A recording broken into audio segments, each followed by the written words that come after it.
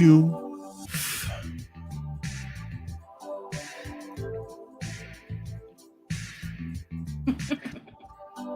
All right, I will share the link. Share it with all your anarchist friends.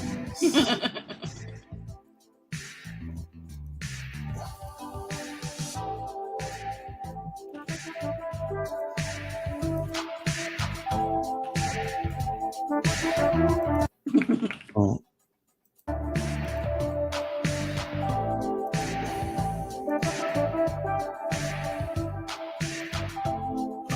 These beats are not going to do.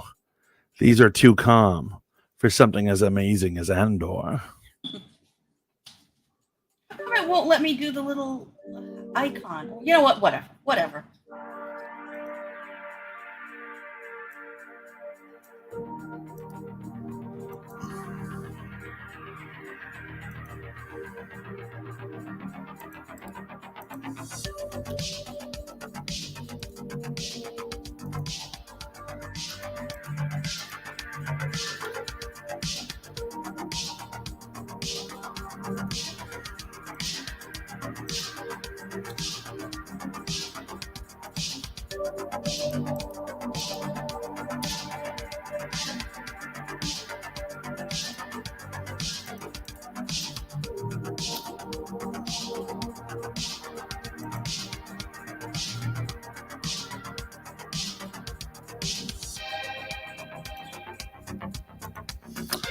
Guys, you're here at Rogue Planet, and we're going to start in just 2 shakes of a lamb's tail.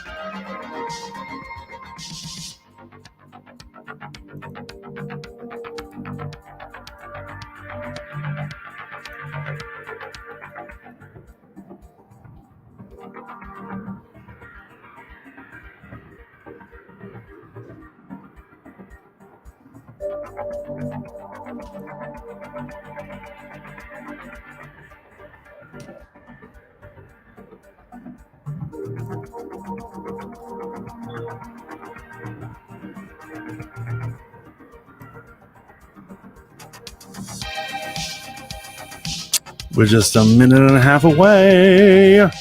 Cannot wait.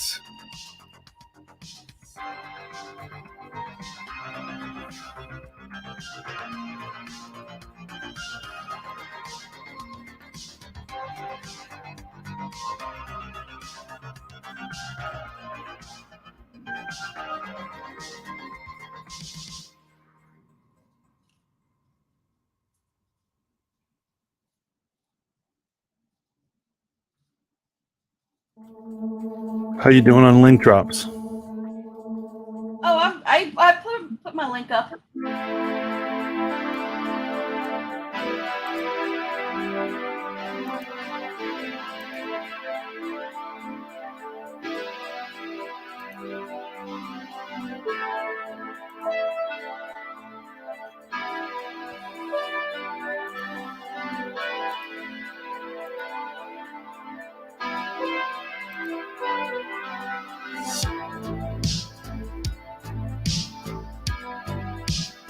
Alrighty, there we go. Just about ready.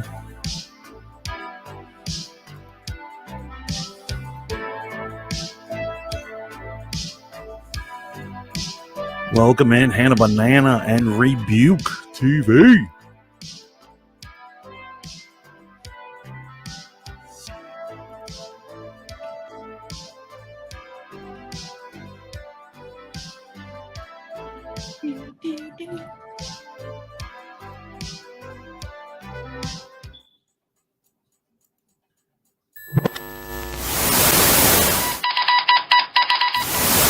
Mayday! Come in! If anyone can hear me, my starship has been pulled into the anomaly. I find myself in a strange new world. It is a world with no sun, no stars. It is a world of anime.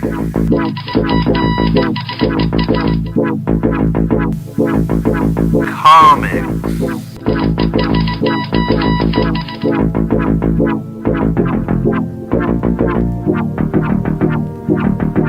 Here we go! Gaming. Movie.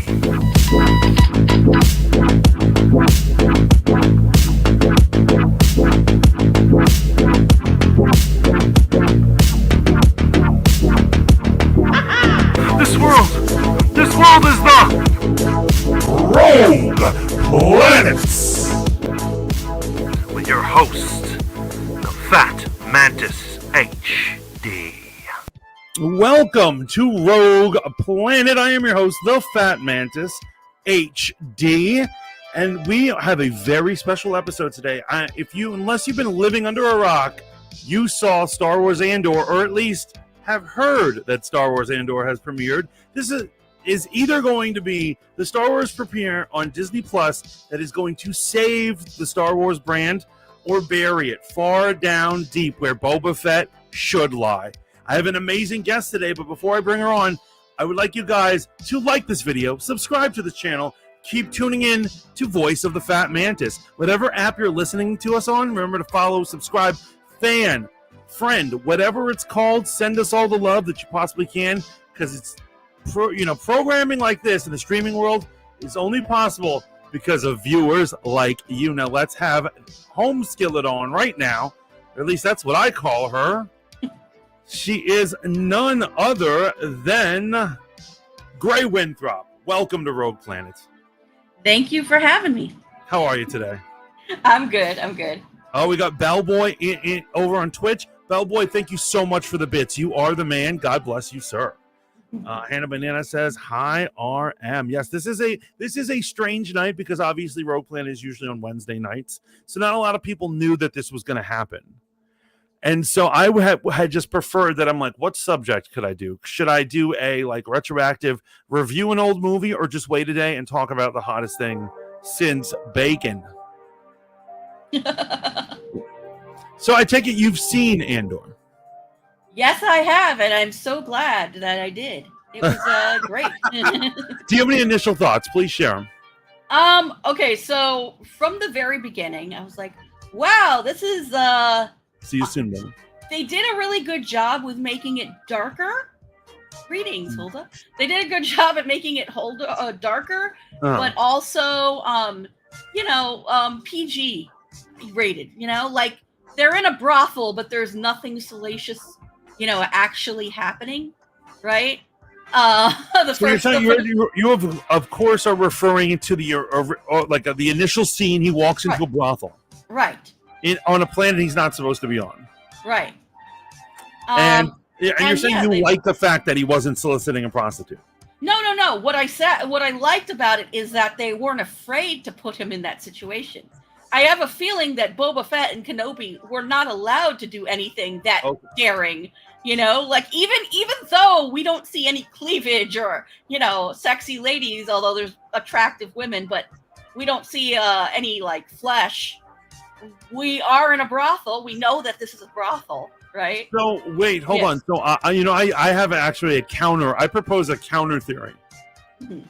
To what you're saying right now. So here's what it is. I think people speculated that all the time. Like, people saw Boba Fett and they said, look at the Disney-fication of the galaxy's greatest criminal. Right? He somehow becomes a hero and wants to help the people, even though he's lived 60 years of robbing from them and being a cutthroat, right? Right. And Obi-Wan, I think Obi-Wan suffered, in my opinion, from people not thinking either way. They didn't really think what he should be doing. It was a really thoughtless script, I'd say. Right, yeah. But now we have this, and this is what people are calling, and I would agree, the most adult Star Wars we've had in many years. Yeah. I agree with you completely. I don't know what you're... So what I'm setting up for you right now is not that Disney said Boba Fett can't be a criminal. Mm-hmm. Because who wrote and directed that? Robert Rodriguez. Robert Rodriguez. And although he does do the Sin City stuff, he is also known for Spy Kids and Shark Boy and Lava Girl. That is true, but I'm sure he knows the history of Boba Fett. Oh, yeah, I know he knows it, but I think that maybe I have a feeling. This is what I'm feeling. This is what my speculation, my wild, crazy speculation, is that they're giving the directors complete control over this, and there isn't any quality control. Well, that's a shame then, because I don't know what was up with Kenobi. You know, you know what it was? They took a director from the CW. Deborah Chow is a director known for her work on the CW shows, such as Reign, The Vampire Diaries, and idiotic stuff like that. No offense, I like those shows, but yeah, you know they're not. Yeah, I really enjoyed her initial Mandalorian episodes. Yes, so she did do a good job there. Hail Fat Mantis, hail to the chat, says Matt. What up, Matt Cat? Welcome. I don't know what was going on with Kenobi, but getting back to Andor, you know, that initial scene really did let you know, the audience know that this is not the kiddie stuff that we're used to, and I really you know what it is. Some people would say this shows you that they're it's not your father's or not your mama's Star Wars, right? Right. However, our mama's Star Wars was a movie where Han shoots first. Yeah. Obi-Wan cuts a guy's arm off just for threatening him. Yeah. There's decapitations and murder relentlessly. Yeah. Right? And so, I mean, even Alderaan was blown up. That's a very adult topic. Right. Genocide, right? So I would actually argue that they're getting back to Mama's Star Wars, right? Well, yeah, if they do that, that's great. That is great. I mean, in Rogue One, we did see Andor. To be fair, Cassian tells Jin that he's not a good guy, you know. And we know that from similar scenes that were both in Andor and this, and you know what I'm referring to, right? What's that? Cold-blooded executions of people. Well, yeah. I mean, I knew that's what happened, but I didn't know that's where you're going with that. Because here's what I'm saying: in the very beginning of Rogue One, he can get away, but the one-armed guy can't get away, and then he just shoots him in the back of the head, and he's just like, because he can't let that information fall into other people's hands. Right. And then in this, he's shit out of luck, and he's like, can't let this guy live, and he just executes him like a G. Yeah. And that chief, that corporate police guy, he was right. He was totally right that those two guys basically just got what they deserved. It's cold as cold. Okay, let's move on to that. So what is the name of the villain? The villain we're supposed to be paying attention to is something solar? Cyril Karn. I looked him up, actually. Cyril Karn. Okay. Yes. So he's one of those obnoxious officers that we see in Star Wars and sci-fi, right? Right. And he is told by his better, he's just like, these two guys were causing trouble in a brothel that shouldn't exist, and messed with the wrong guy. Sweep it under the rug. Yes, exactly. And that's literally what happened. There's no conspiracy. There weren't even rebels introduced yet. It just is what it is, right? Well, I mean, Cyril Karn did the exact opposite of what that guy wanted. Right, but what I'm saying is that initial guy had the right instinct. That he's just like, right. Because honestly, they were breaking rules. Those two guys, shaking down some nobody, working class fool. Yeah, they did not have to die at all. They just minded their own goddamn business. None of that would have happened. So Matt says, I didn't enjoy it the first time around, but I've watched the episodes again. I don't mind the slow burn in Andor. I like the protagonist. It just isn't Star Wars. It's more like a generic sci-fi story.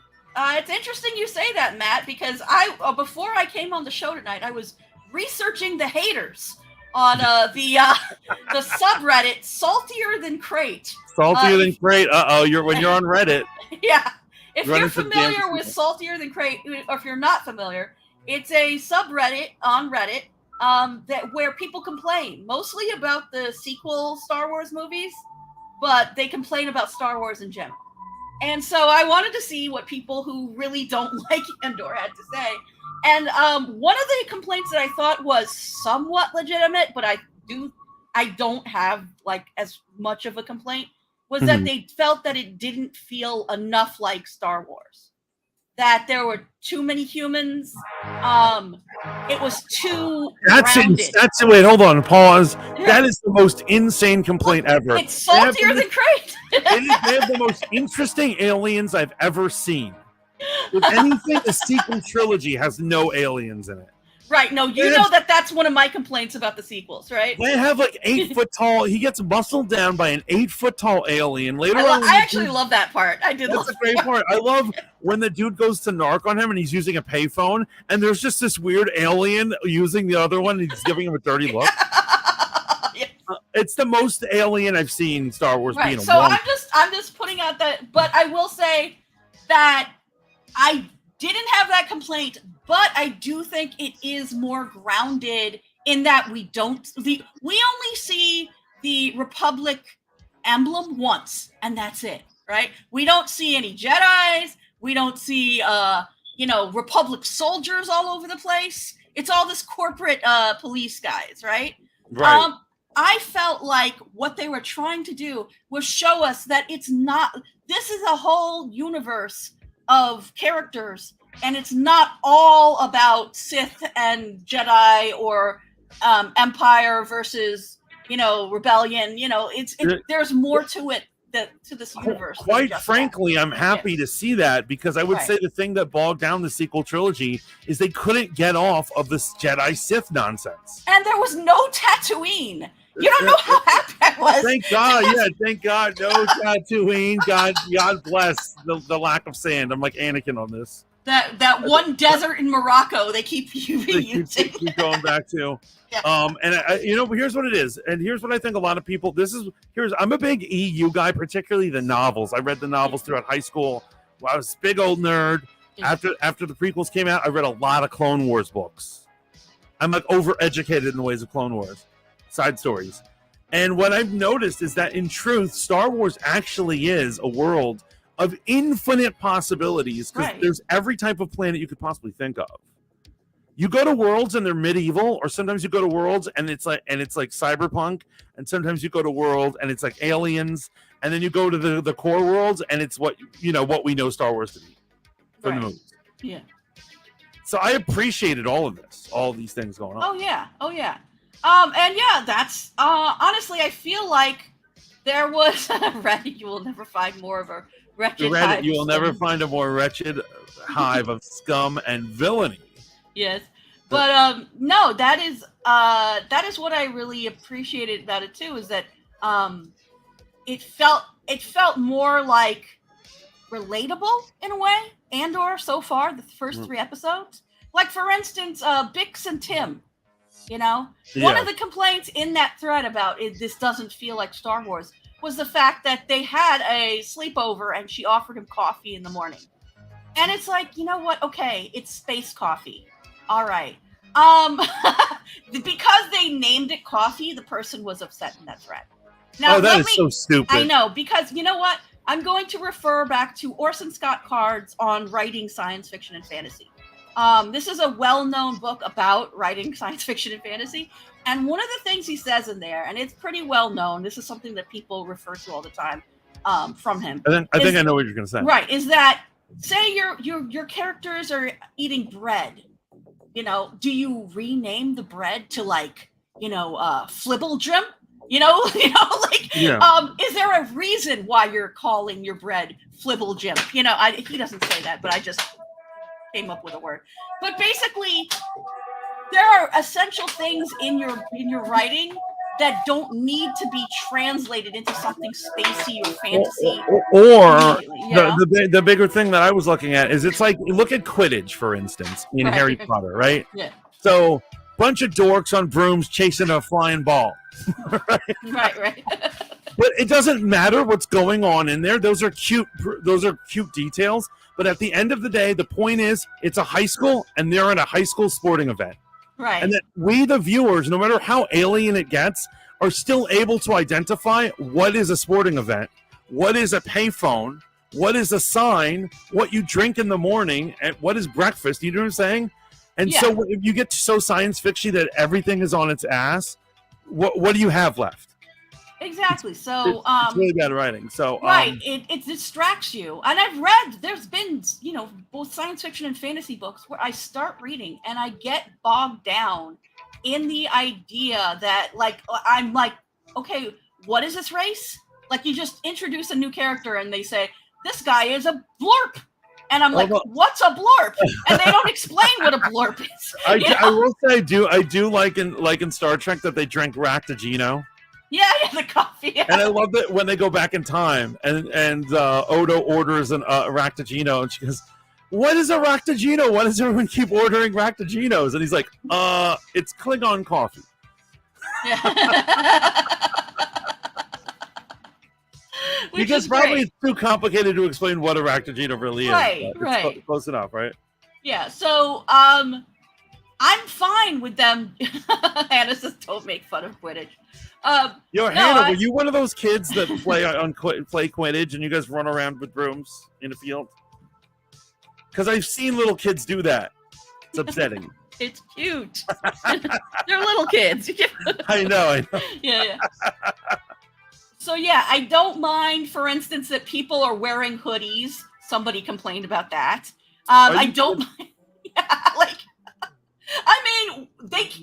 Everybody can't be wearing hooded cloaks in space. I'm sorry. But also, here's what I'm saying. Anyway. if you look at the original Star Wars, A New Hope, Luke is clearly a farm boy. He may live in a desert, and they may farm water, evaporation from the center of the earth. Yeah. But everything he's talking about is clearly he's a little farm boy. Yeah. You know what I'm saying? And so, I think they would. I believe I don't want to live in a galaxy far, far away if there are no hoodies. Yeah.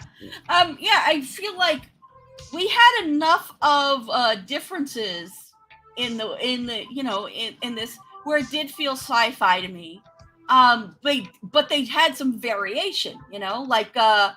Ferrix is obviously different than Kenari. Right. Oh yeah. So already they're establishing that this is a whole universe, and we had a Quidditch team at my high school. Jeez. Oh wow. That is shameful. Those poor kids. I thought that my first high school having an ultimate frisbee team was nerdy, but that's much nerdier. High school age kids running around with brooms. Oh god. I don't know if you guys have talked about it, but Gilroy says there are no Easter eggs. I had having limited Easter eggs, but no Easter eggs. Shake my head. And also, actually, that's another thing I liked about Andor. I felt like it freed us from the burden of constantly having Easter eggs or cameos. Right? Yeah. Does Star Wars have too much of that going on? I would not mind if later in the series we get Thrawn or somebody like that just appearing. That would be cool. But I say for the beginning of the show, let it establish that it's its own thing. I'm okay with that, Mm-hmm. I do think that so far, because here's the thing too. This is a prequel. This is a prequel to Andor as a story. We know Cassian from one movie already. Mm-hmm. That I think that's enough of a link to the universe where it's okay for them to do their own thing. Here's another thing that we have to understand. It's clear from the trailers that this was just part of it. This was just his origin story. Right. He's running from the Course Act, and that's why he joins the Rebel Alliance. It's clear that the story is headed directly into the Empire opposition. Because we've got Death Troopers and Stormtroopers and an officer female from the Imperial Security Bureau. Well, we also know from the trailers that we're going to meet Saw Gerrera again. We're going to see right. What's her name? The lovely gosh, what is her name? What? Mon Mothma. Oh my god. Oh yes. Wait, hold on. Yes. So here's what I'm saying. If we have Saw Gerrera, Mon Mothma, Death Troopers, and the Imperial Security Bureau, those are some major Easter eggs, I'd say. So honestly, I feel like it's great that they put all 3 of these first episodes out at once. It was a lot, but I feel like it was a complete arc as far as like setting up the story. I think that was his origin story. We're probably going to see less of the core guys and the corporate guys, and they're probably going to be like, you know what I mean? Yeah. We're going to be getting into being a spy. Maybe he'll go to spy school. I don't know. I'm actually really excited as to where this is going. Yeah. Now, in the 3rd episode, I guess I'm jumping to the... Actually, before we get to the 3rd episode, I want to complain about something, though. I really didn't like those flashbacks. I thought they were so slow. They were slow, but they came to a head in the 3rd episode. Now, I feel like they could have done it in 2 episodes at most, because they did not have any subtitles. I think that's why it felt so slow. It was a little bizarre. Why do you think they chose not to have subtitles? That's a good question. I mean, I feel like it was a mistake. We get that the little girl calling him Casa was his sister, but we don't really know much about the relationship. We know that he's kind of like a kid. The other people are yelling at him, but the older girl is like, "Hey, he's fine." That's basically what I got. And that's 3 episodes. And that's all I could glean from the relationships between these kids. I want to know, why weren't there any adults around? Right? Oh, you know what? I wonder if they're going to keep going with the flashbacks. Do you think there's more for us to learn? Like, I mean, I'm assuming that we're going to see Fiona Shaw again as Marva, his like adoptive mother. I am assuming that we're going to get flashbacks probably in his later teen years, like with Marva, and finding out what happened to his sister after. Because in order for him to like be searching for his sister, he's got to know that she left Kenari, right? Right. So, I'm assuming that we're going to find out more about what happened to his sister after. So, let's talk about this uniform situation. Oh yeah. So the humanoids who crash landed on his world in the flashbacks, I spotted, being a keen eye and a symbol Nazi, noticed that their patches on their uniforms were a symbol of the Confederacy of Independent Systems, aka the Separatists. Right. But then later on, when the woman who would be later on dubbed his mother finds him, she says they're going to kill him once they find out his people just killed a Republic officer. Right. It's very curious. Other people spotted it. I didn't, but you did. Because you know what? When I saw those patches, I assumed they had battle droids in there. I thought we were going to see some battle droids, which would have been really cool. So there is something sketchy going on with that mining operation, So maybe we'll find out why these people were poisoned. Yeah, remember they're gonna poison the entire planet. Yeah, which is that could be it would be the Republic, because the Republic will later on be the Empire, and that might be why he hates the Empire. Exactly. So it's possible that this is all speculation, that Cassian finds out from Marva that the planet's going to be completely poisoned, and he wants to save his sister, so they have to go back for that. Mm-hmm. That's one way that they can bring it back to the sister. I really do hope that he learns to speak, common or whatever the fuck language they speak. Galactic Basic. Yeah, there you go. Wait, hold on. So, what do you think is going on with his sister? So, obviously, his sister survives. Right. His sister survived the ordeal from the flashback, which he probably hasn't seen her since. Right. So obviously they're going to have to do a twist on what happened to his sister. What do you think his sister's doing? I'm guessing she's part of the Resistance, or she's part of the Republic. I don't know. Right, or the Empire at this point. Yeah. At this point, is it the Empire? Well, remember, here's what it is. In his adult age, it is the Empire. Okay. It's actually 5 BBY, which means that's 5 years before New Hope. Okay. So yeah, at that point, it's definitely the Empire. When he was a kid, it was the Clone Wars. It's kind of confusing because it was, as a teenager, it is obviously not the Empire. It is just the Republic. When he was a kid, when he was a kid, that was clearly Republic versus Separatist. Okay, I'm just confused. But by the time he's an adult, the Empire is blossomed, right. So she's gonna be like, obviously the main thing is she'll be an Imperial or some nonsense, right? Right. That'll be a little cliche, no? It will. It would be. I mean, it'll be cliche no matter whether she's a rebel or if she's Empire, you know. Mm-hmm. But I assume since he's looking for her, he's gonna find her. The one thing that I wouldn't expect is that she's gonna be dead. You know, I'd be honestly shocked if they just like, you were 2 years too late. She's dead. He goes all the way to a whorehouse just to find out that she's been dead for years. Yeah. That'd be pretty lame. Yeah.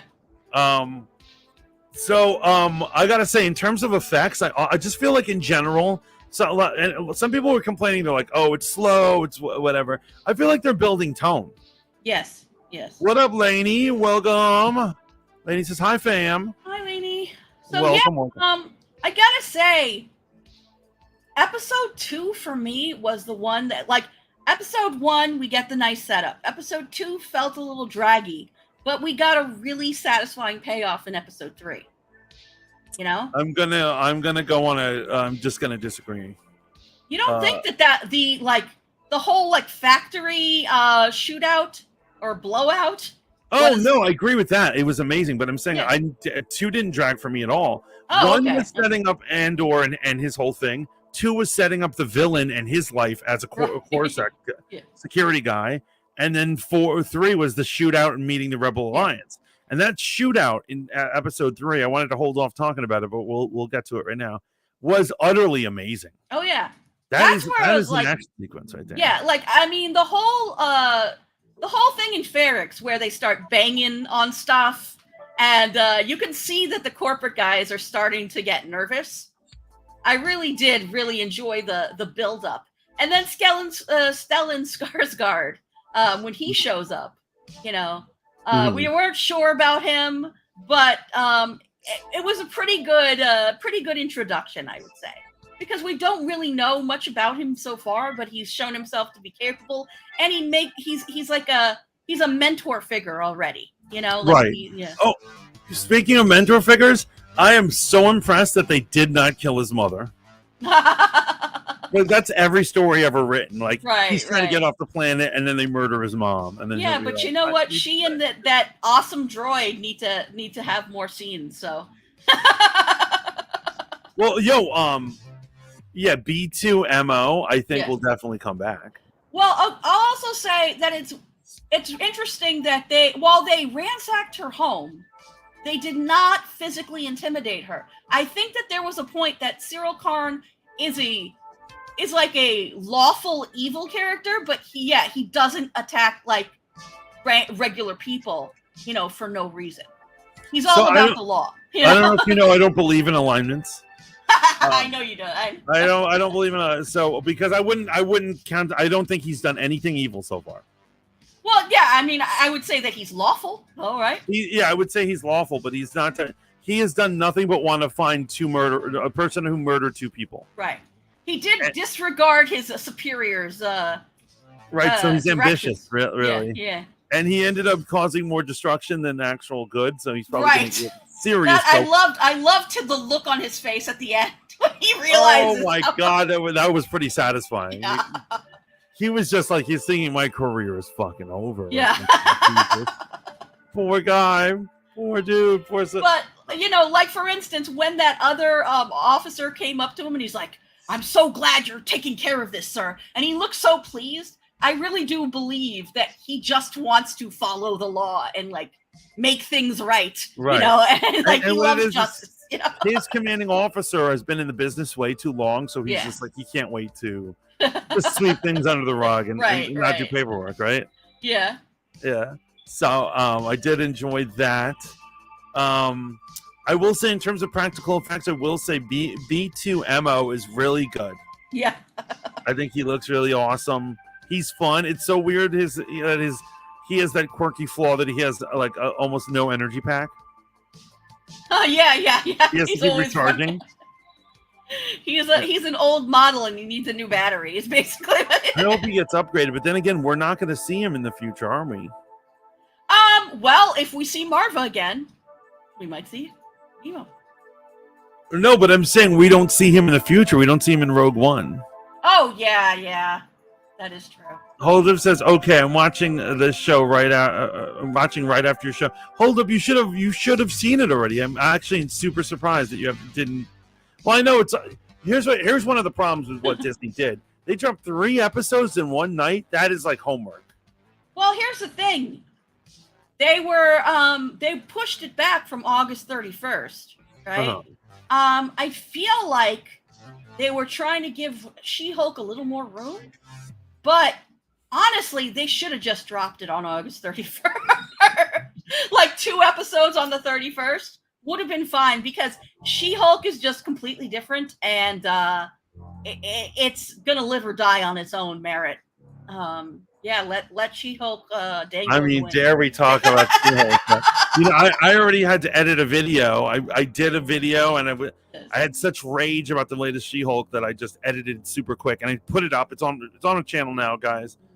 But that was really bad, and She-Hulk is just getting worse and worse. Right? Yeah, I don't know how they're gonna dig themselves out of this hole with She-Hulk. It's so bad. Oh, what up, Matt? Welcome back to the stream. We dipped on She-Hulk for just a quick second, Matt, because it was so bad. But I think it's funny that even feminists aren't protecting this episode. Well, I think it's a bad feminist episode. It's a bad episode just in general. But the idea that I feel like they were like, we need a filler episode, but it's got to be something that women love. Women love complaining about weddings. That's what somebody thought. And it's like, why don't you just have her like eating yogurt and like jogging or something? You know what I mean? Like it was a commercial or some shit. Right. Matt says, yeah, She-Hulk sucked. I liked your review, Mantis. Thank you so much, Matt. I liked yours. I left a comment. I commented too soon. You know when you're like in the first 2 minutes of someone's review and they say something and then you leave a comment, but then later on you want to say something else and you're like, oh, I already left my comment. I don't want to be a double poster. Yeah. That episode hated on women. How can any woman defend that? No woman is. Everyone's turning on it. And so it's not looking good for the current She-Hulk. And you know what's another crazy thing? That was episode 6. So we have 3 more episodes, is it? I think so. Ugh. And it's crazy, too, that it gets more episodes, and it doesn't deserve more episodes than other shows. Miss Marvel should have gotten 9 episodes. Yes. What's crazy is that She-Hulk right now is making Miss Marvel look like a masterpiece. I mean, honestly, if it had gotten 3 more episodes, I bet we could have gotten a better story. Yeah. And Moon Knight too. Moon Knight should have gotten an extra 3 episodes. Oh, I could have done so much with more episodes of Moon Knight. I would have done. I already know what episodes I would have put in there. Yeah. Oh my god, I cannot believe this. But anyway, that's neither here nor there. But it is funny that that's for a different stream. Yeah. We're gonna have a She-Hulk bitch fest, which we'll have Matt up in here, but we'll have a whole I was thinking we'll have a whole panel on Rogue Planet. We'll just discuss the finale of She-Hulk when that happens. Oh, God. So do you have any predictions for Andor? As I said, I do believe that he is going to find his sister, and she's either going to be a rebel or Imperial. I do think that. Of course. Yeah, I know that is like pretty much a given if you know like stories. I'm really hoping that we do get more flashbacks of younger Fiona Shaw, Marva. I do like her a lot. I really like that chick. Yeah, you know what? You do remember her from Killing Eve? Yeah. Yeah, like she I was great didn't in Killing particularly Eve. like her in Killing Eve. Well, she was an evil character in Killing Eve. Yeah, plus I think She-Hulk would benefit from using more from the source material. Yeah, no, I agree. I absolutely agree. And that's exactly what I was talking about. I think this is the same thing with Andor, Boba Fett, all these things. What it is I really think Kathleen Kennedy, or in this case Kevin Feige for talking She-Hulk, is just letting these creators do pretty much what they want, and they're some of them are just driving their franchises into the side of a mountain. Well, I would say it was a bad idea to have a filler episode, honestly. Like, what were they thinking? People are getting not on really... an internet streaming show. If you're internet streaming show, it's appointment television. You have to just go with it. You know what I mean? And Yeah, hold on, unless the filler is really good. Right. I'm saying though, they were very lucky. She-Hulk was very lucky to get 9 episodes, and they have a filler episode when they barely touched the main plot, of this show. So I had an idea. You know how I said I already know what episodes I would add to Moon Knight. Yeah. One of them I already thought was a filler episode where you just he transforms and then he would just go around the streets of whatever city he's at in that point of the story. Yeah. And just be a brutal vigilante. See, that would be awesome. And you just follow a vigilante in the middle of the night, like what his night is like. Right. Oh yeah. Honestly, that, like, putting that near the beginning would have been awesome. That's what I would actually. That was what I thought episode 2 was going to be like. When he transforms by the end of 1, I was like, "Oh snap!" I would have had the next episode be him prowling the night. Right. And then you know what I'm saying. And so I think filler episodes are good as long as they're executed well. Yeah, because that, like, for instance, your idea would have given us more, backstory for what's going on to yeah, it was a little too focused, that series. Yeah. Matt, because I think they only had 6 episodes. It's like crazy. Who do you think is going to die? I think it'll be Fiona Shaw and Stellen Skarsgard is going to. So, well, they're expendable as opposed to Mon Mothma and Saw Gerrera, right? Well, obviously they're all those 3 live on, right? So we know that Cassian and Saw and Mon Mothma are not going to die. So. I actually don't think Stellen Skarsgard is going to. I mean, he could die. I don't think it's super important, but I don't think he's going to die in a dramatic way.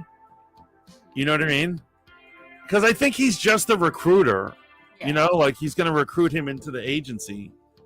Yeah. But I am definitely looking forward to Rebel School. And I will say, here's what it is. I think we just saw the origin story of Andor. We don't actually know what players or characters are going to be in the rest of the series. Right. We haven't even met him. So for all we know, when he joins the rebellion, he's going to have a whole cast of new characters to hang out with. Honestly, one thing I thought about before we even saw Andor was that I think that blue-eyed hunk Cyril is going to turn to the rebellion. That would be interesting. That is a very interesting thing. Yeah. Is it because you see that he's not really evil? He really just wants to do law and order. He's just misguided, or he just grew up in the wrong neighborhood. Really, is what this. I mean, he's a corporate shill, but maybe he does really believe in right and wrong. What a corporate shill! He should be a YouTuber who says nice things about Marvel Productions. He's a corporate shill.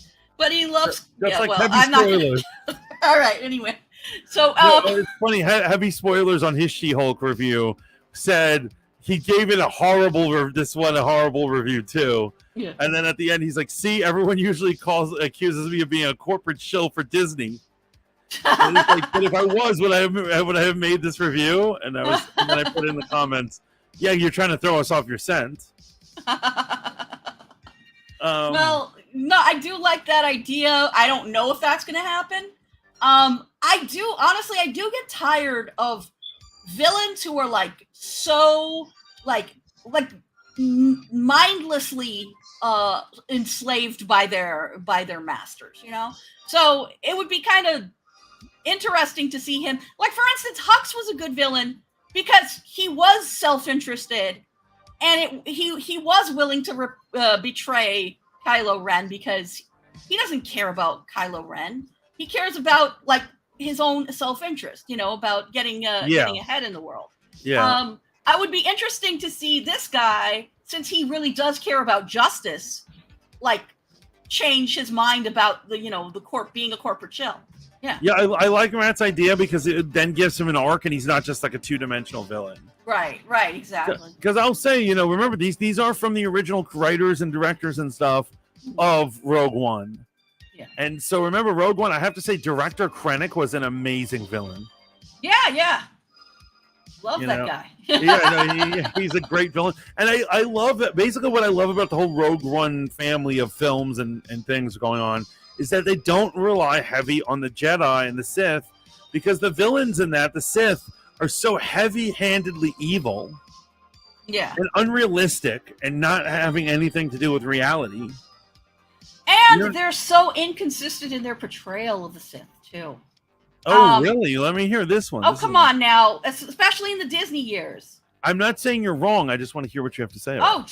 Okay, for instance, the rule of two is completely like bastardized. Total nonsense if they have Inquisitors. That's why I never believed Inquisitors were real. Right. I would say Kenobi makes the Sith look really weak and pathetic, comical. idiots, incompetent. Like the whole honestly, I would prefer they go to the video games and look at the rules in the video games and go by that than just have the writers do whatever they want.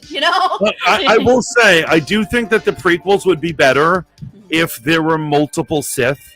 Like if Palpatine was the head of like a cell that had multiple Sith, and they die, give the characters antagonists to kill off along the way. Right. Like if we got to see Asajj Ventress. But if you're going to have the rule of two, then you should adhere to the rule of two, and it should be important to the plot. Clone Wars, it was like it was a good they actually cared about the lore, but the movies did not. I'm just saying the Sith don't make any sense because they're so evil, and part of the recruiting tool is saying, "Okay, you want to join us? Kill your family." Yeah. And it's like, what? Who is that evil? Right. That's psychotic. That's not cool. Like the whole appearance thing, the appearance of the Sith. Oh, like well, getting turning gross as you get older. They look like a motorcycle gang.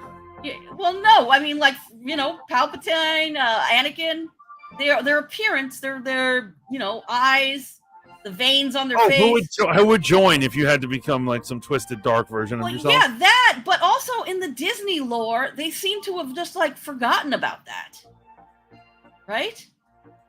Look at Kylo Ren. He got this very nice little scar on his face, and that's it. It was ridiculous how they made it like they're like in the movie, Force Awakens. He gets a clear freaking deformity, like his face is cut in two. Yeah. And then the second one, it's literally like a Band-Aid holding him together. And then later on, he's like, "I'm good." Like that was a lightsaber cut your face into. That's crazy. And because what it is they couldn't tell from the beginning. They're ambivalent as to whether they were going to kill him, make him a villain. Is he a full villain? But the ladies like him. What do we do in this situation? Yeah. Like you heard about the comic book origin?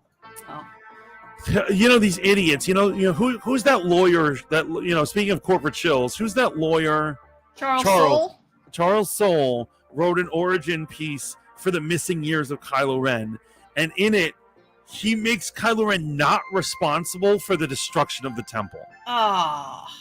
He makes it the night that he gets into a fight with Luke, and he makes the building come down. When he comes out, he says a preternatural darkness comes over and kills everyone and destroys the temple and flies away. You know what? I expect that from a corporate lawyer. It's so pathetic. It was so bad. And when I'm saying Charles Soule, God bless him. He's a lawyer, became a comic book writer. He has his moments, but that's not one of his moments. That's one of his really weak moments. And he probably didn't want to write a Star Wars comic. They just said, "You want a few bucks to write a comic?" And he said, "Sure." A lot of times, too, to be fair, when you're a comic book writer, the editor is basically giving you a story that you're going to write. So, Well, back it's in the day, they possible could that do it. he didn't choose to write that. Right. He wanted to pay for his summer home. Yeah. But I mean, isn't that the most ridiculous thing that they wrote a prequel that lifts all darkness off of his hands and makes him not responsible for anything he's ever done?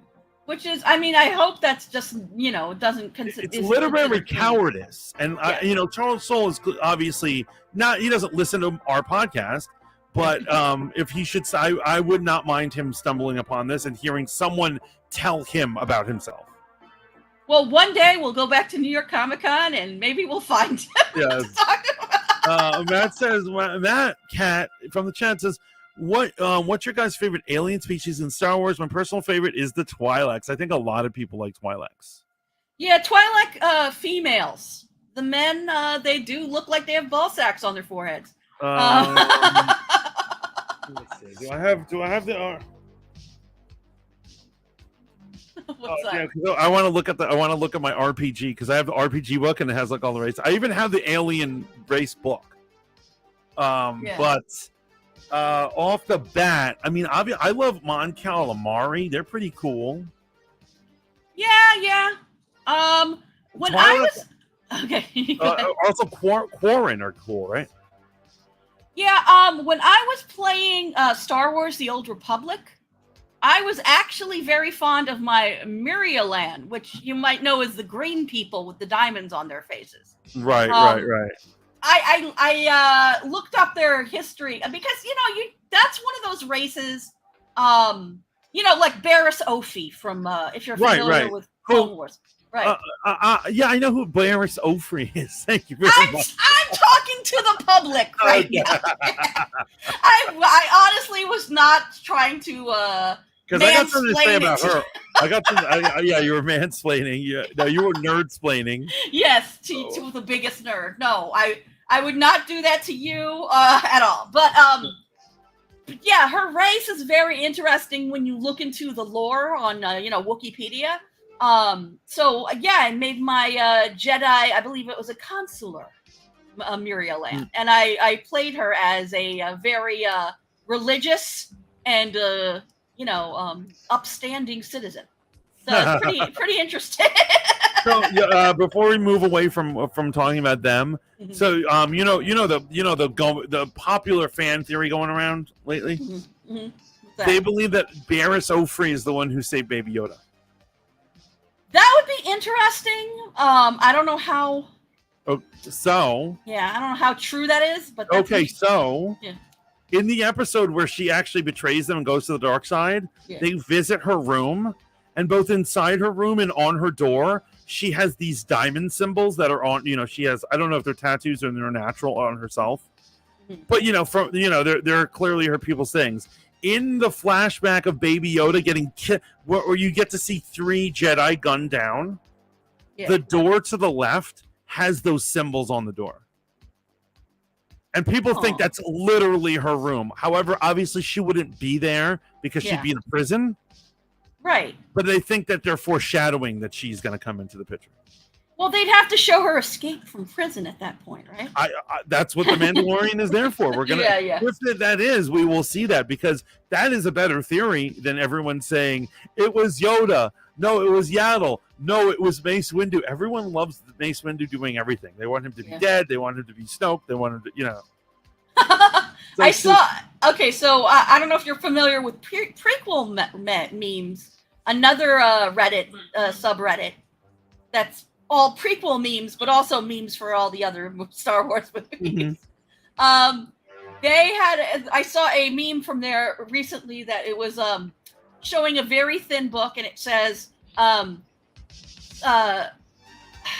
lightsaber lore before Mace Windu, and then a big thick book says lightsaber lore after Samuel L. Jackson wanted a purple lightsaber. Well, I mean, here's what I'm saying. Like I said, I don't trust any of the new EU very much. Right. And so I think they still haven't really written the books on the rules of the crystals or the colors or anything. Yeah, they really haven't. They haven't. I think that if you go to Galaxy's Edge at Disney World, you'll get more lore than the actual movies at this point. Yeah, absolutely. Do you? Oh, he says, I see you guys like characters from things like the novels, like you mentioned Thrawn earlier. Do you think maybe like Prince Zizor could show up, for example? That would be amazing if Prince Zizor showed up. Now remember, they don't like the old EU very much, though. That's one thing. Well, remember, what's his face? It's almost like Jon Favreau and Dave Filoni's job in life is to canonize everything that was decanonized. Right. They're like, true. slide it in. Yeah. It in. I could see that because it's funny in the old guard, Lucas actually put Prince Zizor in the Phantom Menace. You know that? Where is he? He is in the background of the pod racing. He's someone who's cheering. They actually have him in the crowd, and they purposely dress someone up like Prince Zizor. Man, I really hope one day George Lucas will just like go off and like have a really honest interview about what he thinks about Disney's. After that white slave comment, he had to stop. His wife probably was like, "That's enough, George. That's enough for one day, son." They put him on. They medicated him, put him to sleep. Yeah, because that was pretty stupid for him to say that after selling it to Disney. Yeah, and he hated The Force Awakens. He was on a rant and how much he hated it and Disney. And he said, "And I would have never sold it to them if I had known they were a bunch of white slave traders." And I'm like, what does that mean? But obviously, that's interesting. He got $4 billion. Here's what I'm saying. He gave most of it to charity. Yes. And he used the rest to build a museum for a Star Wars museum. Yeah. No, I honestly do think that George Lucas is a good guy. Yeah, I think he's a very good guy. He's always even when I don't agree with the things that he was doing with the property, I think that he's always cared a lot. Well, also, I like seeing those behind the scenes things where he's messing around with the writers and stuff, and he's joking around with them. He seems like he'd be like a good boss. Yeah. You know what I mean? Like to have someone who really truly cares about the product as your boss is better than having some corporate shell, right? Like you said. Well, look at, for instance, Harrison Ford originally was just there to run lines. Yeah. He had been hired behind the scenes to run lines with the other actors. But they liked him so much, and he liked working with them, that they gave him the part of Han Solo, Yeah. And look at how he was about The Force Awakens. He did not want to be at part of it anymore. And I think that's probably because Lucas is gone and the heart of it was gone, I think he also got tired of people's like him being at serious interviews and people being like, "Who shot first?" I mean, look at him at D23. He cried when he was talking about Indiana Jones. So he still cares about that. Because that's a lesson. You have to admit that's a less nerdy thing. People will go nuts about Indiana Jones, but a Star Wars fan will break into your hotel room and steal your underwear. There you go. That's you don't want that. You don't want to attract those. Are there any ships you'd like to see in Andor from Star Wars besides Star Destroyers? Because we know we'll see at least one of those. Well, for starters, I have to say I love the ship design so far. Yeah. Like I love the corporate ship design. That it looks like a weird pyramid, and then it has the little launch ships underneath it. Yeah. And I would say the ship that they eventually end up in and stuff. I noticed that the ship he had in the beginning was like some sort of Franken ship, and its thrusters were from a Y-wing. That's a good observation. Yeah, I like those kind of like cool details. So I can tell, like, here's what that's why this is real Star Wars, because they really are putting originality into. Yeah. There's a lot of care was put into that ship design, and if you look at Obi-Wan or Boba Fett, no care was put into any of those designs.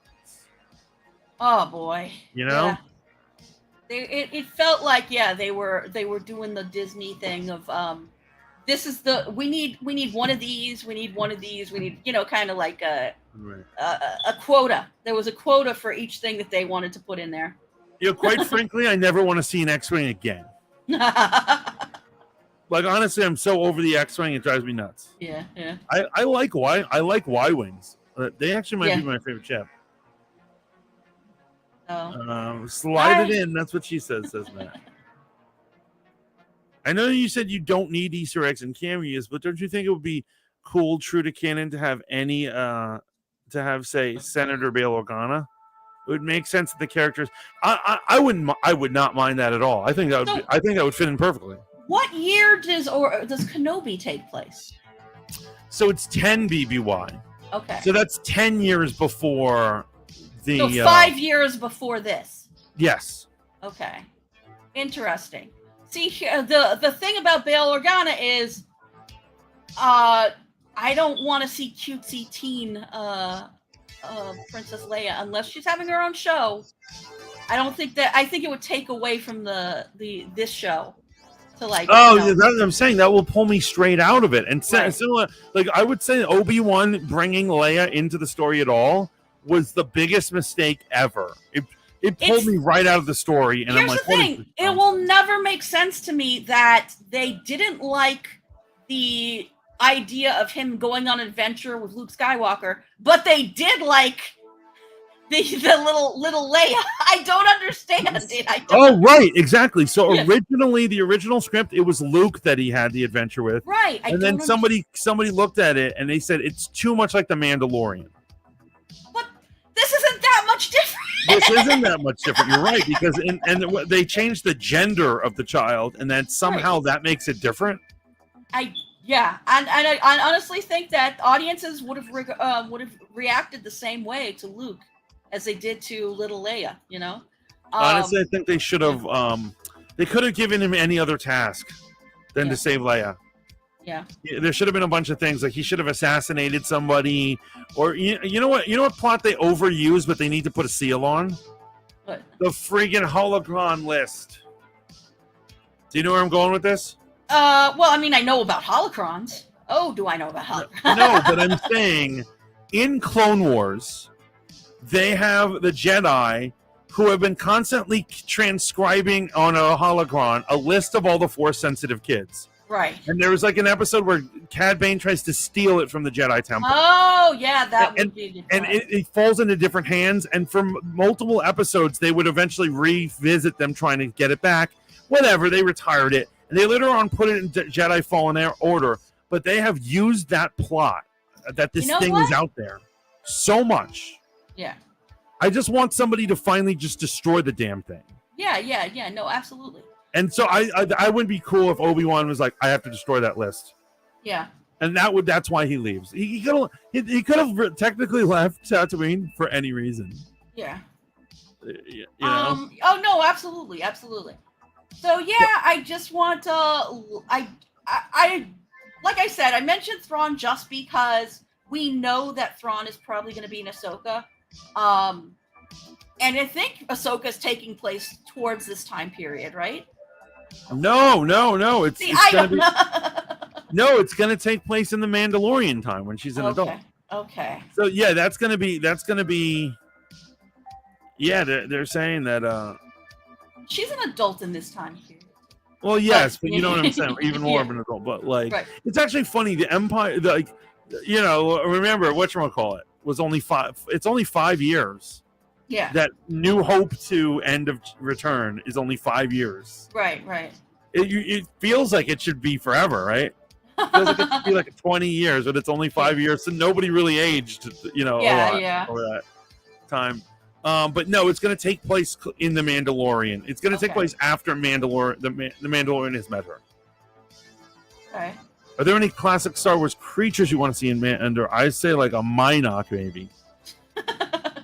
I'm fine. You know what? Here's what it is, Matt. Okay, I hear what you're saying. I didn't realize what you meant by Easter eggs. And if you're saying just aliens, ships, and monsters, I am absolutely pro that. I want more shit that we've seen before. I want to feel like it's a world that I know. Yes, I agree with that. I am fine with these few episodes because remember, he was trapped on a rinky-dink planet in the middle of nowhere. Yeah. So it makes sense that we wouldn't see all the aliens and ships and monsters that we. Well, we're gonna see, for instance, Twi'leks. We're gonna see Mon Calamari. Yeah. Obviously, Akbar is going to be part of the Akbar. We should have the Young Adventures of Akbar, man. Yeah. That would be a show. You know what? We really need justice for Akbar.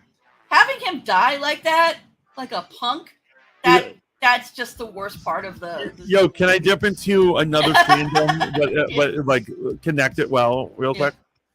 See, as you know, I'm a Star Trek fan, and I'm also a Star Trek Enterprise fan. Yes.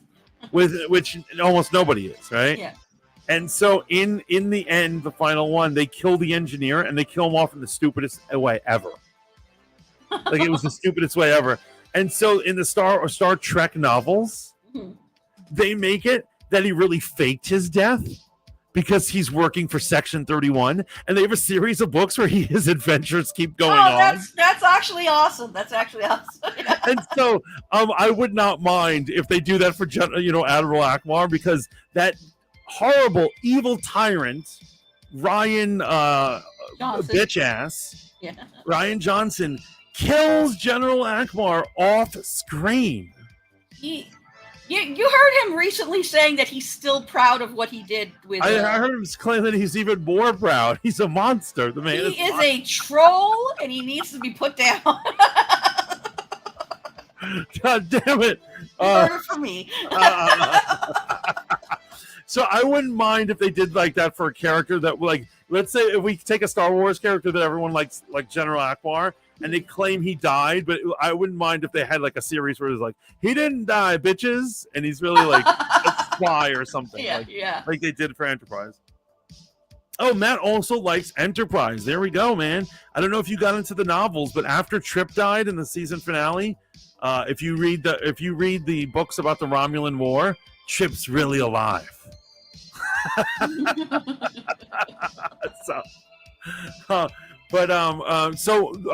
Gray Winthrop, what are you hoping to see in Andor and the future of Star Wars? You know what? It doesn't even have to be Andor. What do you hope to see? Okay, so I gotta say, I'm trying to think of like what I really want right now, because I've been so disappointed lately. Like, for instance, I was so psyched about Ahsoka coming back, but her original appearances in The Mandalorian disappointed me. I really did not like the way she acted towards Grogu. So I was with you originally too, but in rewatchings, I've learned to lighten up. I think that I was too protective of her. I expected too much from her. Yeah, I feel like later, the Boba Fett appearance and everything, I was like, okay, maybe I'm being too harsh.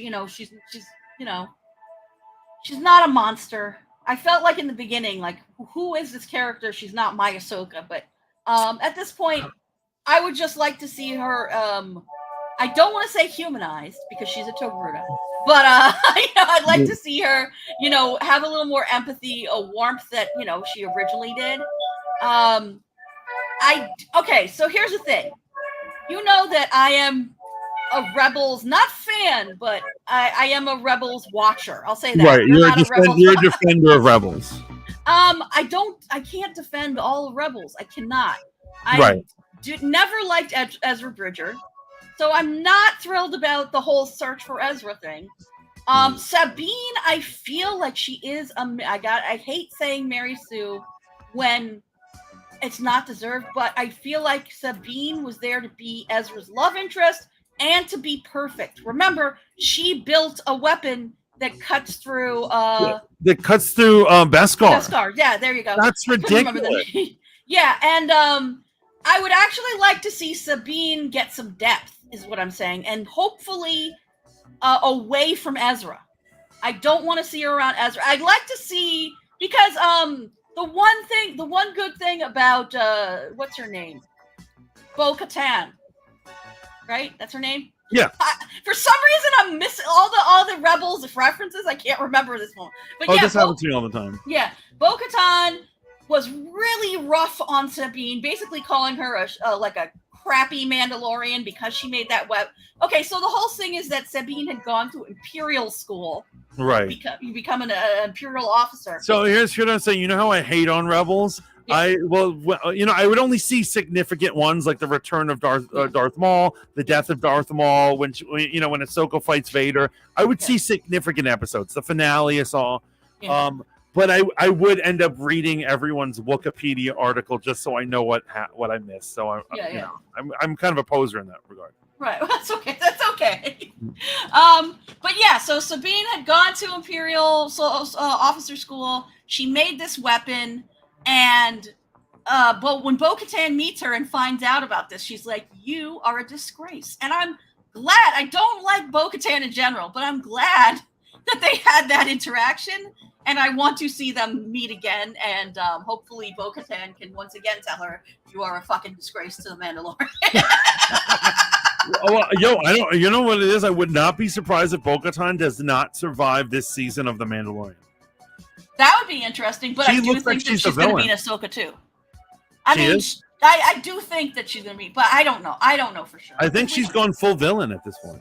Oh yeah, I mean she's definitely Din Djarin's enemy, So I guess we're going to have to see, So I'm just so happy Mina Masood isn't playing Here's the thing. I think that guy is very hot, Mina Masood. I think he's an attractive guy. What's he in? He's the Aladdin kid? Yeah, he's Aladdin. Okay. He looks like a male model. I don't really think that he is an amazing actor, but he's a very hot guy. But the guy they did get to play Ezra Bridger, not Miller.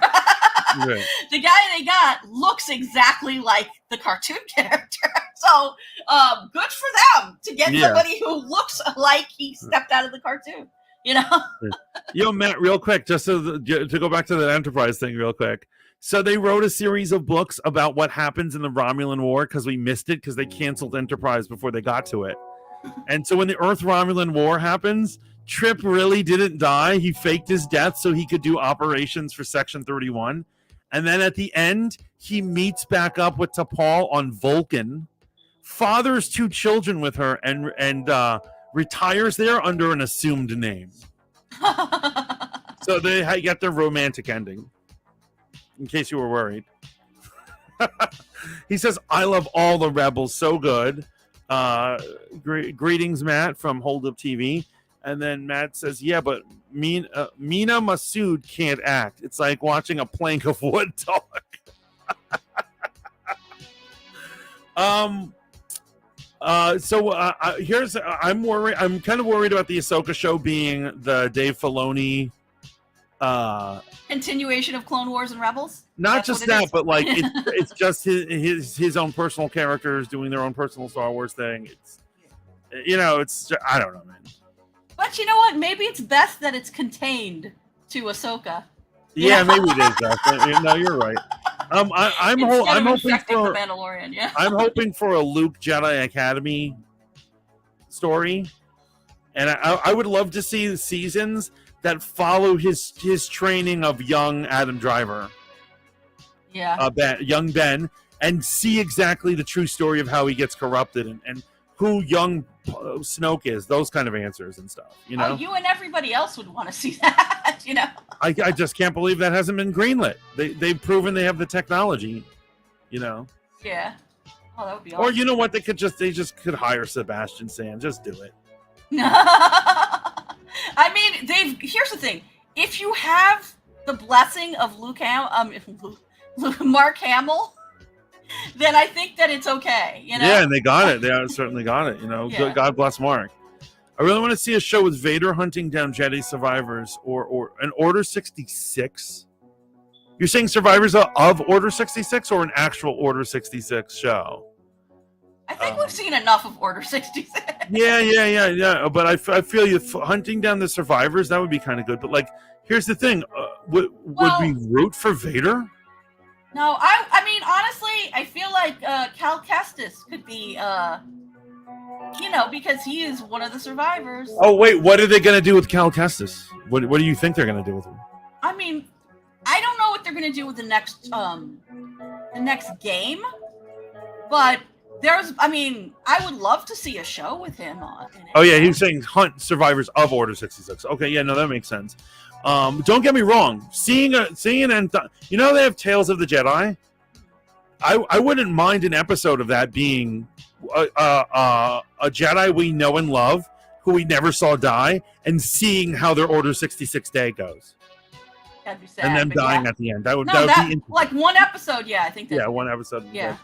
But I don't think that Vader should be the protagonist of a show. I think that they need to be sparing in the use of Vader. I think Kenobi showed that Vader needs to be done in an awesome way and sparingly in order to I agree with sparing, because when they misused him in the Kenobi, it just demystifies him, man. You're just like, oh, look at this. And then he's just like a bumbling villain, like, "Oh, I'll get you, Kenobi." Like, we are joined here by Shaolin Iceboxer, who says Order 66 is I mad agree. They got to do something special to make me care anymore. Yeah, no, I agree.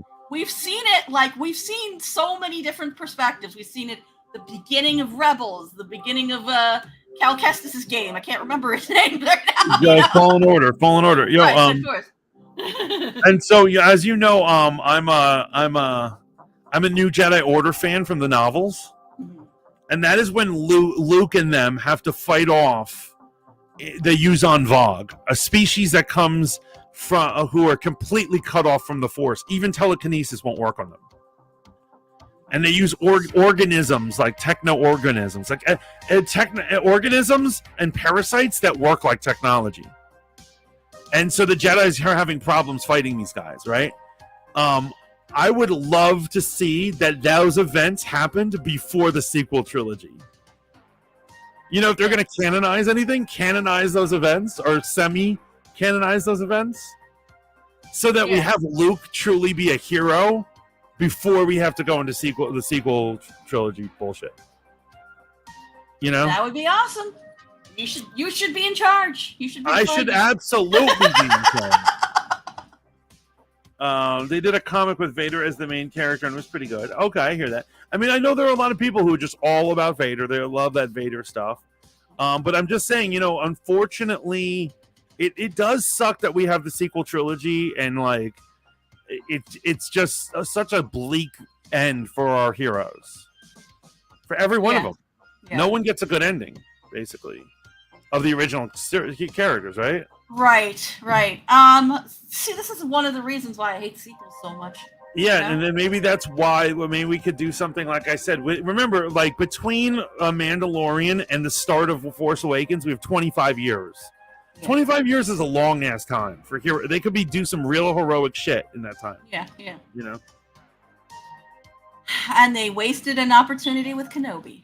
Don't get me started. Yeah, but yes, but they did give Vader some dope feats. I agree. So actually, Shaolin, great to have you aboard. Please let us know in the comments, in the chats, if you've seen Andor and what your thoughts are, and if you have any predictions for this show. I'm currently impressed. I like where this is headed. I loved it. I think it's the best thing to happen to Star Wars since The Mandalorian. I would agree. I absolutely agree. And I find it interesting that they're able to make shows that don't have Jedi in them work. Right. I mean, is that weird? No, I don't think that's weird, because, I mean, see, this is the thing that annoyed me, like I said, about the saltier than crate comments, that saying that it didn't feel like Star Wars. I think what they're saying is it didn't feel like space fantasy. It was more sci-fi than space fantasy, because there was no Jedi or Sith. And so I love it. I love it when you see someone try to explain Star Wars, and people often they will describe Star Wars as the genre that they like. Like they're like, it's a space fantasy. It is a space fantasy, but it's also a space western. But it's also a space romance. It's also a space war. Like it mimics World War II movies immensely. Yeah. And so I think Lucas, he borrowed from all the great genres.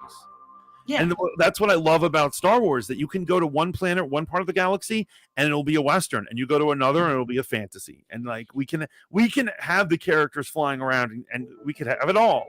Yeah. I really do enjoy that.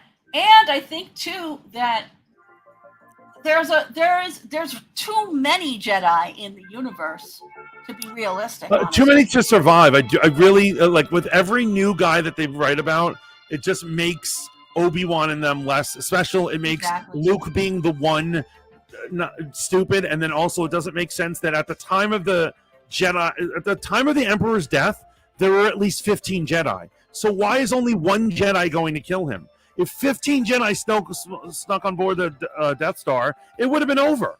Yeah, exactly. Like, why are you all running? Join forces and go do something. Yeah. It's nonsense. So unless you're going back to the High Republic, where it was basically like the video game, where you're like you just got like Jedi all over the place. Jedi and Sith everywhere. The Sith Empire and mad Sith. Right. Unless you're going back to Old Republic or High Republic, which, we're not right now. I do want to see them rare as fuck. Yeah. I really wish they had less Jedi survive Order 66.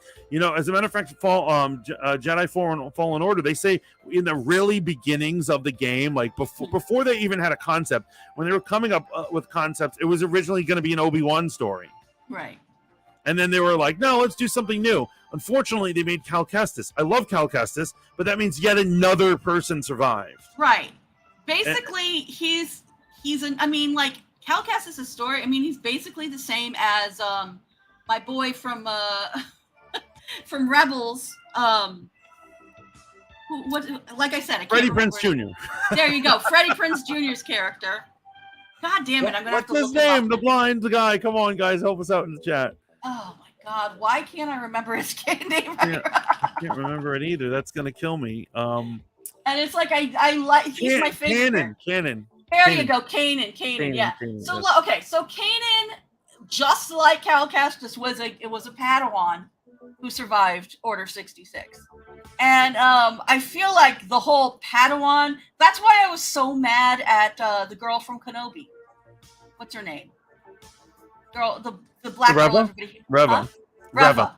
Yeah, she borrows that same origin story too, and I'm like, how many goddamn children survived? I love that Shaolin breaks out his real name, Jarrus. There you go. Yeah, he had to change his name because he was on the run. Same name. Yeah.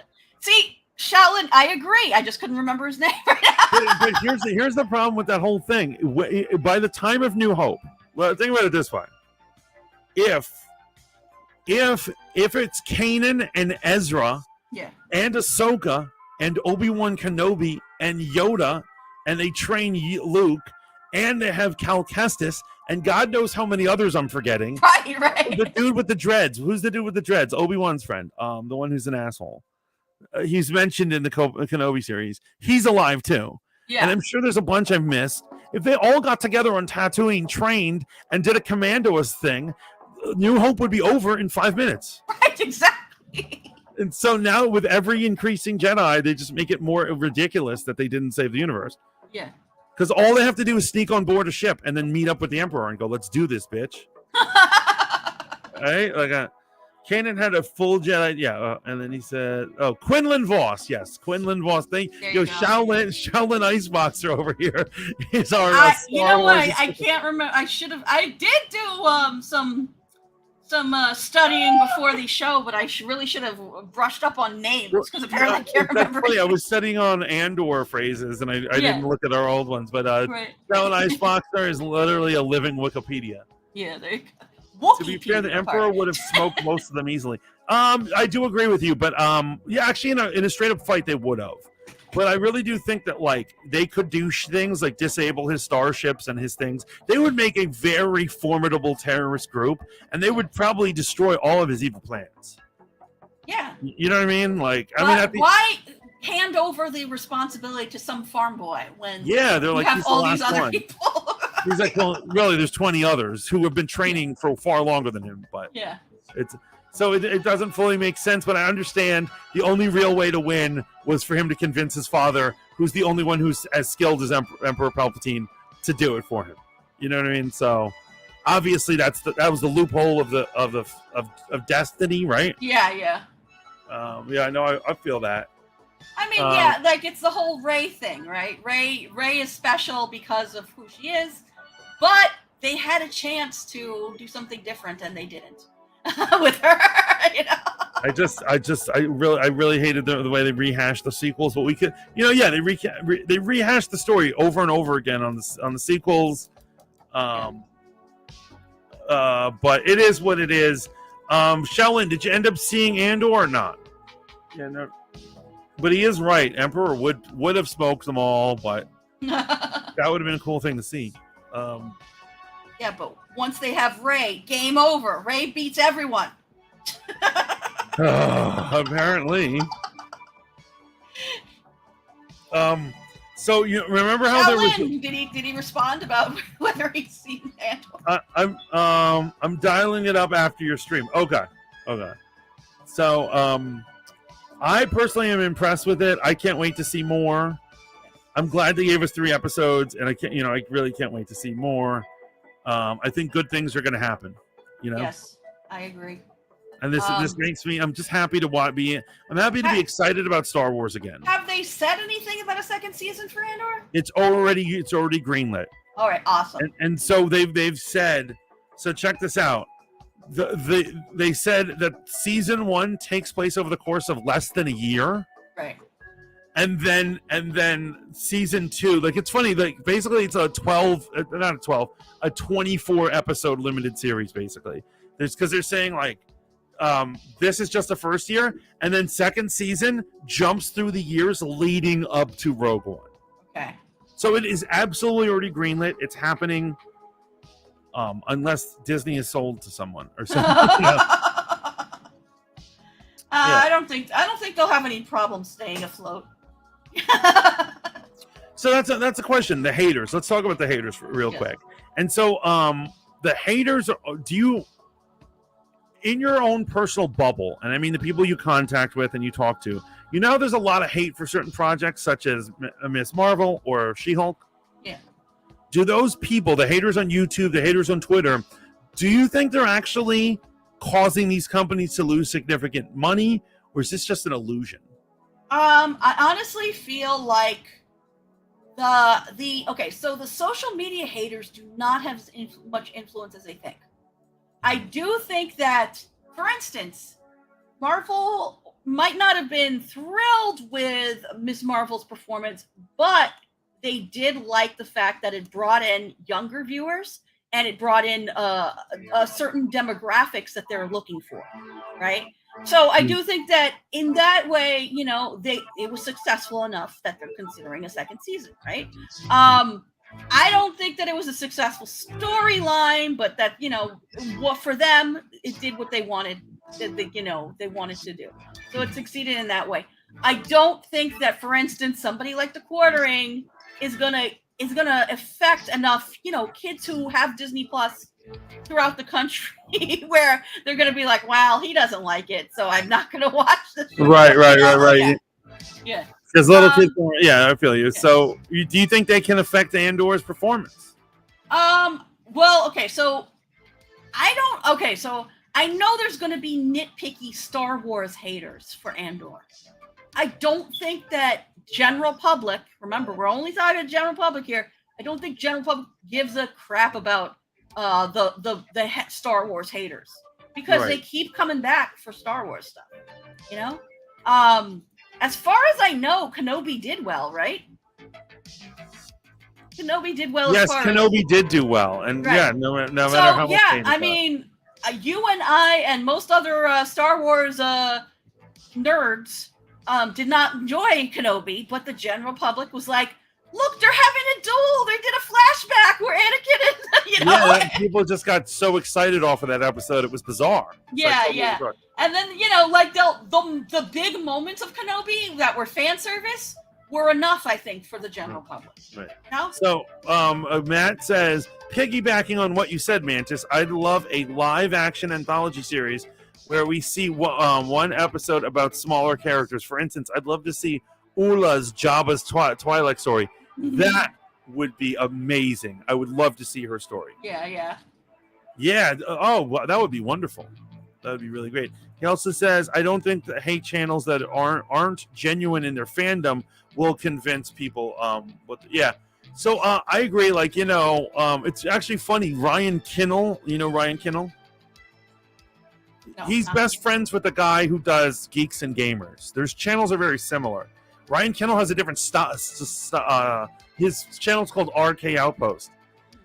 And he is normally like a super hater on Brie Larson, and he put up ironically on a tweet, because I don't know if you know, but Brie Larson has a character in Fortnite now. I did not know that. And he ironically was like, "Oh, I'm playing with her," and she retweeted him, thinking he was supporting her. It's just funny what these hate channels like do, and what I'm wondering what kind of actually swagger they have. Yeah, I bet you Brie Larson has no idea who he is. Right. However, to us people who watch YouTube all day long, they seem like celebrities. Yeah. I mean, I've been following all this Twitch drama lately, and 99% of the public has no idea who these people are, even though, it seems like it's like interesting to the outside world. If I went up to any random person and was like, "Did you hear what XQC and Trainwrecks did today?" They'd be like, "What? What are you talking about?" Right. Actually, yes. The other day when Hassan was having a fight with XQC, people were like, "Yo, XQ," and I didn't know who XQC was, and they're like, "Are you kidding me? You don't know who he is?" I was like, "I don't."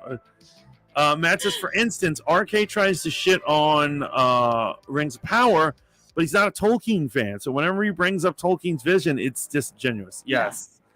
And then Shaolin says, "Why was Brie Larson so insane in that one interview?"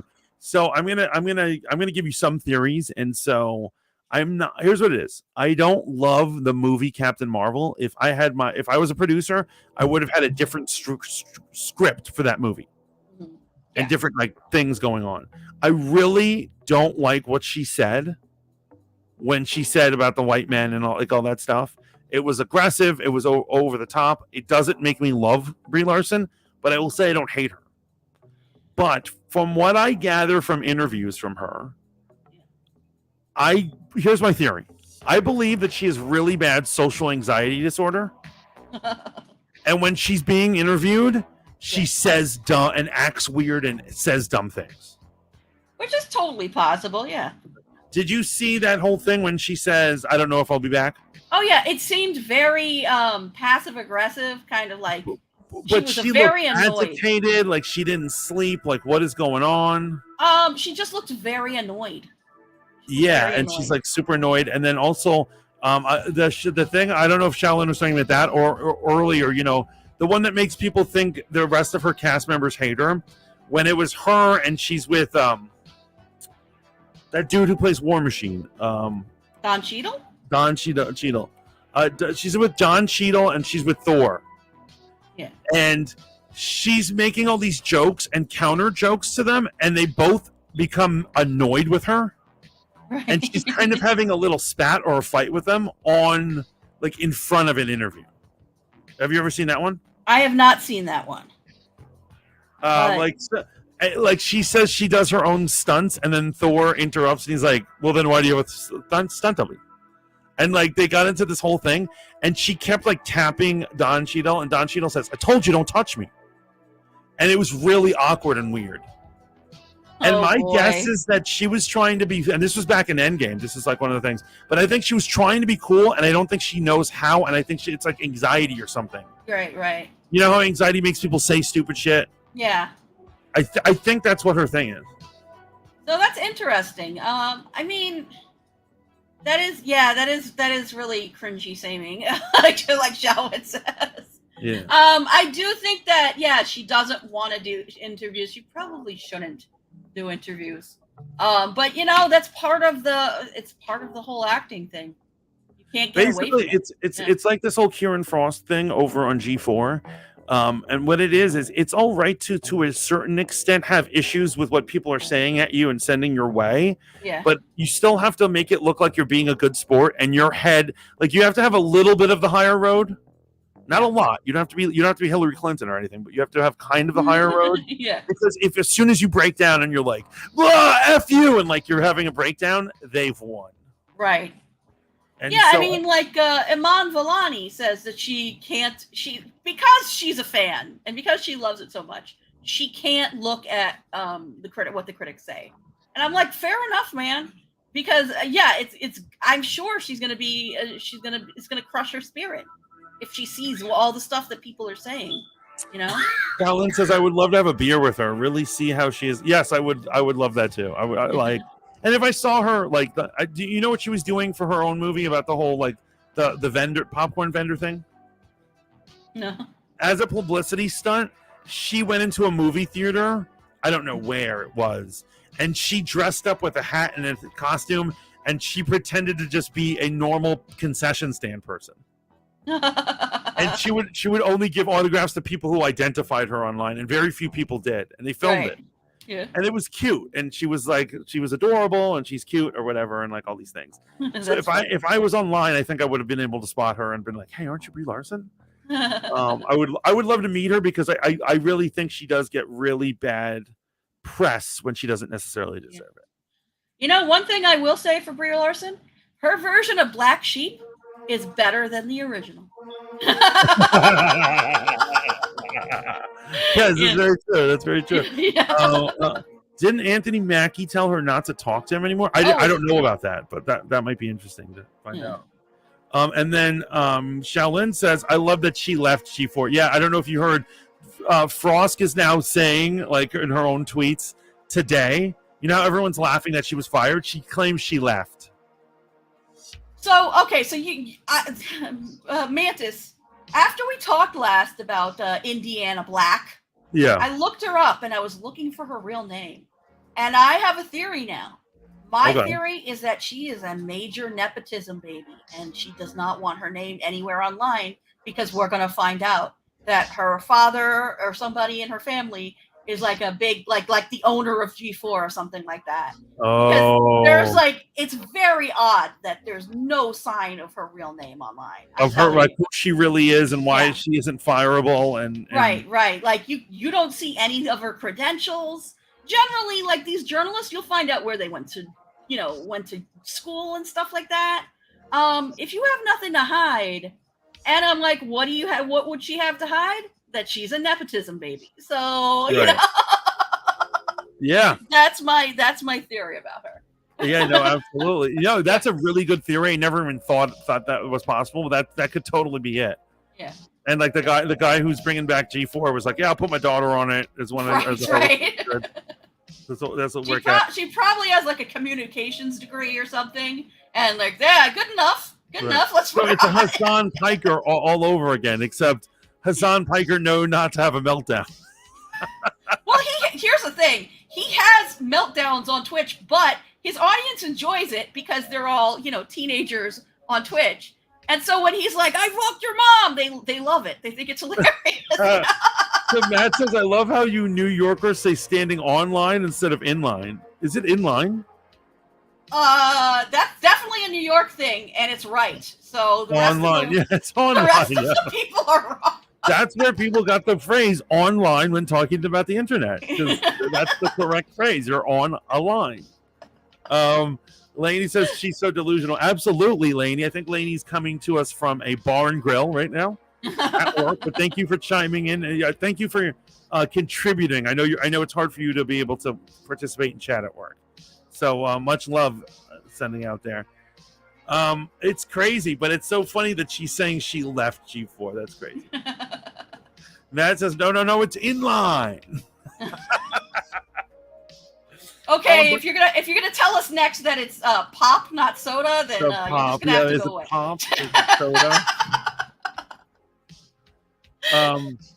But I guess I think it's about time that we wrap this bad boy up. Do you have any final thoughts on Star Wars or Andor in particular? I'll just say I'm really glad that Andor exists. I think it's great. I texted my older brother last night, late at night. I was like, you have to watch Andor soon because I know he's going to love it. Matt, see, this is why you're wrong. New Yorkers are correct about nothing. You see, Lainey's an inliner as well, whatever that's about. Yes, because Lainey is from the right side of the country. But yeah, I'm very happy about Andor. I'm excited to see where it goes. I'm not going to be negative or pessimistic. I think it's going to be great. So I'm happy about it. Yeah, I'm really happy about it. I can't wait. I'm glad Star Wars for me is back. Yeah. You're right. It's honestly not the greatest show ever, but I will say it is light years better than Boba Fett or right. Obi-Wan. And it has potential too. Like for instance, Mandalorian, when it started out, other than the fact that everybody was going crazy over Baby Grogu, it wasn't the most amazing revolutionary show ever, but it was good and it got better, So I'm hoping the same thing happens with Andor. Yeah. Only direction is up. It's going to be lovely. It's going to be absolutely lovely. I can't wait. I can't wait till I can't wait till we really get into some Imperial entanglements. I can't wait to see. By the way, real quick, and this is for chat as well. What do you guys think about Saw Gerrera not having blue eyes? And would you be upset if we digitally altered his eyes to be blue? Here's the thing. Contact lenses on black people often look goofy as hell. He's already filmed his parts for this season, and he already filmed the movie. Rogue One. I'm saying if we were to digitally go back and just make his eyes blue, would you have, digitally? I wouldn't mind because you can make it look good. But I would say I understand why they didn't use contacts because a lot of times the darker your eyes are, the more colored contacts look wonky. Because and then they stand out as contacts rather than actually. Yeah, they float around on top of your eye. It doesn't look natural. Because I understand how that's difficult to do in live action, but I feel like they have the technology. Shaolin's saying he thinks it'll look goofy. But I just want to make the recall that, he is a character from Clone Wars, as we all know. And him and his twin sister, when they were young, they were black people with blue eyes. That was like the exotic thing about them. Yeah. And I guess it's a matter of, is it worth wasting the CGI on, right? I am a visual Nazi. Okay. So for I believe in using CGI to fix those little mistakes, and I want the canon to line up. Well, like for instance, in The Witcher, I don't know if you watched the Netflix Witcher, but Yennefer's eyes are digitally changed, right? And I believe that Geralt's eyes are also changed digitally. But Ciri has contacts, and the contacts often look weird. And I really wish they would ditch the contacts for Ciri. I don't know why they did that. Yeah. I gotta say this. I just gotta say this, and we're obviously we don't have time to get into The Witcher, but I gotta say Yennefer's beauty has been so over exaggerated. Like when I went to go watch it, everyone's like, she's the most banging thing ever. She's all right. You know what though? In the game, she was hotter. I'll say it. I don't care. I know it's not politically correct. It's not about race. It's just that her video game model was hotter than the actress. And y'all can come at me. Wait, am I thinking of the same one? The one who was originally a hunchback? Yes. That's Yennefer. Yeah. Everyone, the internet was going wild for her, and then when I finally saw her, it was just like, yeah, she's all right. She's pretty. Yeah, I mean, there are prettier actresses out there. So I'll say. Hold says you heard it. He finally admitted it. The N-word, of course. She was hotter in the game, but the actress isn't bad either. I'm not saying she's ugly. I am not saying. Oh yeah, Yennefer is naked a lot in the first season, and she is very fit. I agree. Do you know when season 3 is dropping or no? I don't know. You know what? Actually, this weekend on Saturday, Netflix is having an event called Tudum. Tudum is based on the name is based on the sound from the logo. Right. Yeah. I actually knew exactly what you were saying. Like, right. I heard it.